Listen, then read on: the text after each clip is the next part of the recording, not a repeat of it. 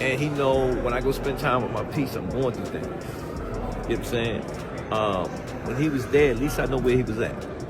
Because it was something that we didn't do. It was something that we normally do. Y'all with me? And it was... Gervonta Davis is no stranger to making headlines, whether it's for his explosive knockouts, intense rivalries, or the constant drama surrounding his camp.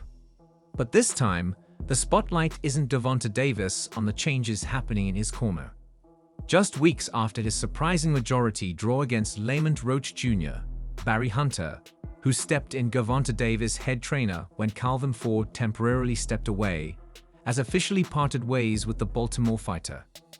The lead-up to this moment is just as significant as the decision itself. Calvin Ford, Gervonta Davis' longtime trainer and the architect behind his rise to boxing superstardom, took a break ahead of the Roach fight. Ford had been Gervonta Davis' corner from his amateur days, shaping him into one of the sport's most feared knockout artists. With Ford stepping aside, Barry Hunter stepped in.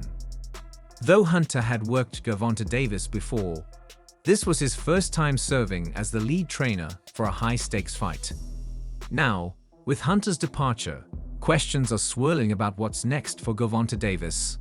I could have definitely did more. Definitely did more. Just a lot going on. But again, it was myself, you know. But you gotta go to the gym and, you know, get back to the drawing board and, you know, train a little harder.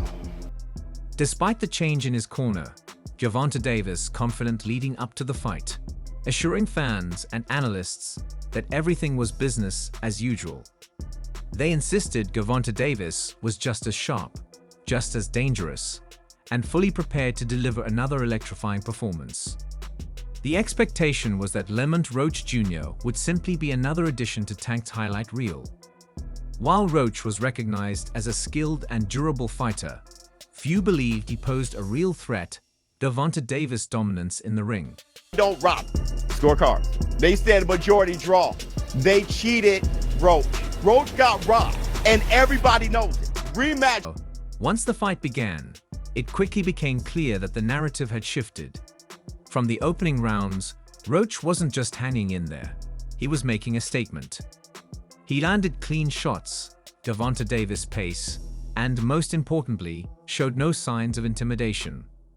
Gervonta Davis, the other hand, appeared hesitant, lacking the sharpness and explosiveness that had made him one of boxing's most feared knockout artists. As the rounds progressed, it became evident that this wasn't the same Gervonta Davis fans had come to expect. Do you think Tank gets a lot of criticism for not knocking Lamont out and Lamont not being a big name, so they overblow it? I think so, yeah, and I feel like people just don't like Tank to a point where any little thing, just because he ain't knock him out, he probably feel as though that he lost, and he didn't, or it was a draw, you know. I feel like Tank was doing a lot of smart things in the beginning, moving a little bit too much. A pivotal moment in the fight came in the 9th round when, to everyone's shock, Gervonta Davis a knee, citing irritation in his eye. The referee gave him time to recover, but by then, the momentum had completely shifted in Roach's favor. As the fight entered the later rounds, Roach continued pressing forward, Gervonta Davis to find the knockout power that had defined his career. By the time the final bell rang, it was clear this was far from the dominant performance many had anticipated. When the scorecards were announced, the result was a majority draw. One judge had Tank ahead, but the other two scored it even. The boxing world was stunned. This was supposed to be a routine victory, a stay-busy fight, a stepping stone toward a bigger showdown later in the year. Instead, Tank had barely avoided a loss, leaving fans and analysts questioning what went wrong. Good enough. Can you describe what the feeling was like in the ring? And was it to get the towel out, to get the burn out of your eyes, or what was going on? I didn't want to get caught. I didn't want to get caught while my eyes was burning. Barry Hunter didn't hold back in his post-fight interview. He got straight to the point, stating bluntly that Tank had lost focus during the fight. It was a harsh but honest critique, one that quickly gained traction among fans and analysts. Tank had never looked this unfocused before. He had overcome adversity in the past, battled bigger punchers, slicker boxers, and tougher opponents. Yet, in the one fight where Calvin Ford wasn't in his corner, he suddenly found himself struggling against a fighter many believed was a level below him. These days kind of averaging one fight a year, which is a shame. He wants to have 3 more fights and then retire by the end of 2025. The fight was immediate, as fans and analysts scrutinized every moment of the fight in search of answers. Some blamed Tank's training camp, others speculated that he had underestimated Roach, and many pointed the finger directly at Barry Hunter. The biggest debate centered around whether Hunter had adequately prepared Tank for the fight. Now, Hunter has officially parted ways with Tank. While he hasn't provided a detailed explanation beyond his remarks about Tank's lack of focus, the message is clear.